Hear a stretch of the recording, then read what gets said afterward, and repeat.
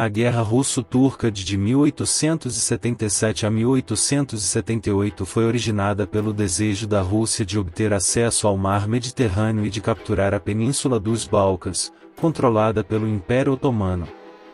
A guerra trouxe como resultado a declaração formal de independência dos principados de Sérvia, Montenegro e Romênia, que já haviam possuído soberania de facto por algum tempo. Apesar da Bulgária ter permanecido formalmente sob controle otomano até 1908, procurou recuperar sua condição de Estado soberano. Uma revolta contra os otomanos ocorreu na Bósnia e Herzegovina no verão de 1875, devido principalmente às altas taxas cobradas pela decadente administração otomana.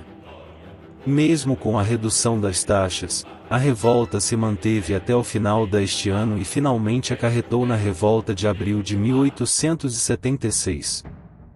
As tensões na Bósnia e o suporte russo incentivaram os principados da Sérvia e de Montenegro a declararem guerra contra seus soberanos otomanos em julho. A guerra despertou as ambições imperialistas das potências da região.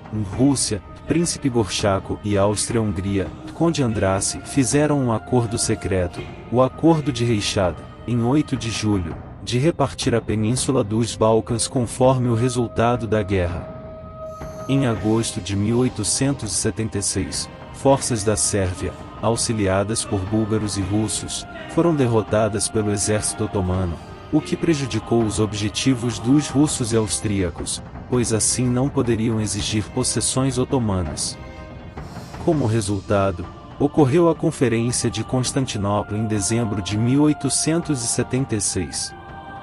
Na conferência, sem a participação de representantes otomanos, as grandes potências discutiram as possíveis fronteiras de uma ou mais futuras províncias autônomas búlgaras do Império Otomano.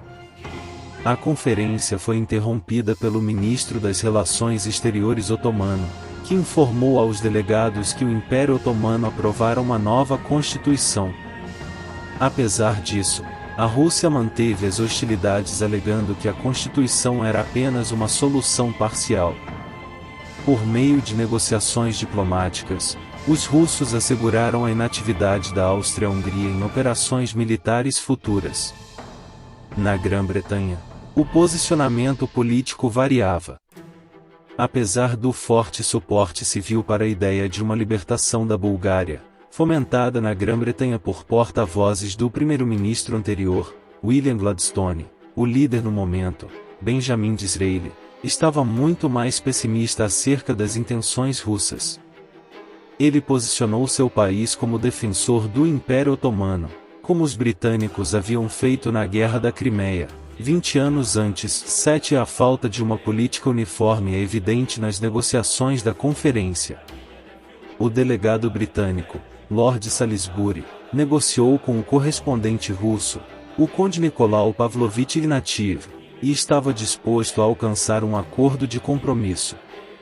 A Bulgária seria dividida em uma província oriental e uma ocidental e a Bósnia e Herzegovina seria unificada em uma única província.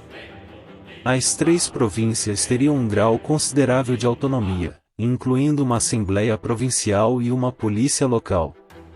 Além disso, a Sérvia não seria forçada a ceder nenhum território e Montenegro obteve permissão para manter suas áreas ocupadas na Herzegovina e no norte da Albânia. A Rússia declarou guerra contra o Império Otomano em 24 de abril de 1877. Alega-se que houve muitos erros de estratégia e julgamento em ambos os lados, mas isso era um problema comum nas guerras contemporâneas, da Guerra da Crimeia à Guerra dos Boeres. Os otomanos restringiram-se à defesa passiva, deixando espaço para iniciativas estratégicas dos russos, que, após alguns erros, encontraram uma boa estratégia para vencer a guerra. O comando militar otomano em Istambul fez cálculos ruins sobre a estratégia de movimento russa. Eles consideraram que os russos não estariam dispostos a marchar ao longo do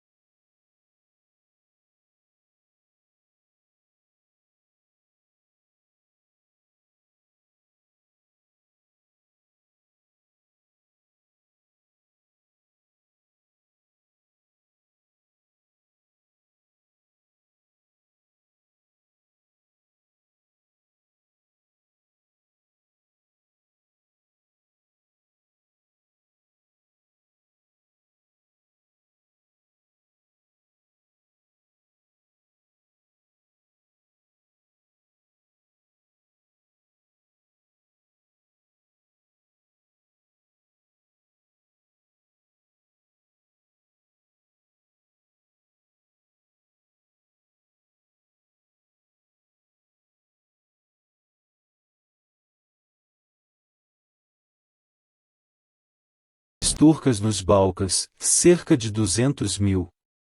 Após alguns contratempos para os russos em julho, em Plevna Stara-Zagora, o comando militar percebeu que não havia reservas para manter a ofensiva, que é trocada então por uma estratégia defensiva. Os russos não possuíam forças suficientes para fazer um bloqueio adequado em Plevna até agosto, o que levou ao atraso de toda a campanha por aproximadamente 2 meses. No início da guerra, a Rússia destruiu todos os navios ao longo do Danúbio e o rio foi minado. Em junho, uma pequena unidade russa atravessou o Danúbio próximo ao delta, em Galati, e marchou até Ruse. Com o avanço russo, as forças de Osman Paşa marcham em direção ao forte de Nikopol para reforçá-lo. Quando estava a caminho, descobriram que os russos já haviam tomado o forte e moveram-se então para Plevna, atual Plevin. A Rússia não possuía mais tropas para lançar contra